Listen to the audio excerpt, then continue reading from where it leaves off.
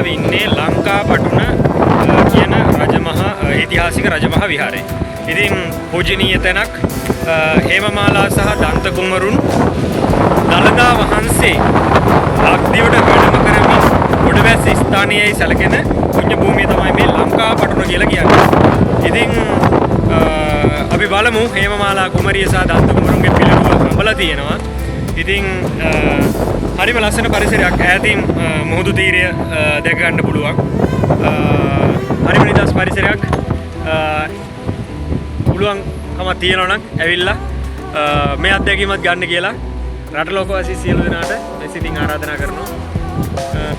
අපි බලමු මේ තියෙන සුවිශේෂී ස්ථාන මොනවද කියලා. ඒ සුවිශේෂී ස්ථාන දැක ගන්න නම් පහළ සිට කඳු ගැටය මුදුනට ගමන් කළ යුතුය. ඉතින් පූජනීය ස්ථානයක් හේමමාලා කුමරිය සහ දන්ත කුමරුන් දළදා වහන්සේ රැගෙන මෙම පුණ්‍ය භූමියට වැඩම කළ බවයි අපට දැනගන්න ලැබුණේ.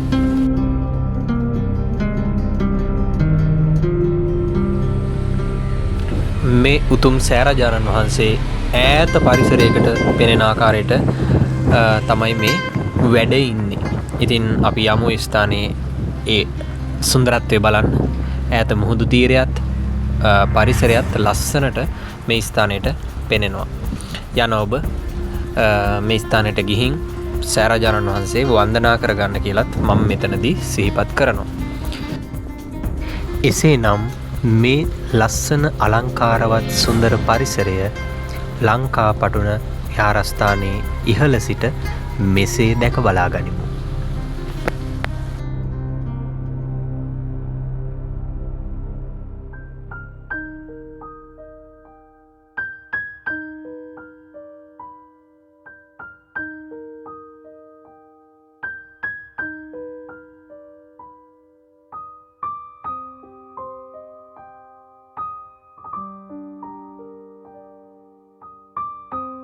එසේනම් අප මේ උතුම් පුදබිමේ ඊළඟ සුවිශේෂී ස්ථානයට යමු.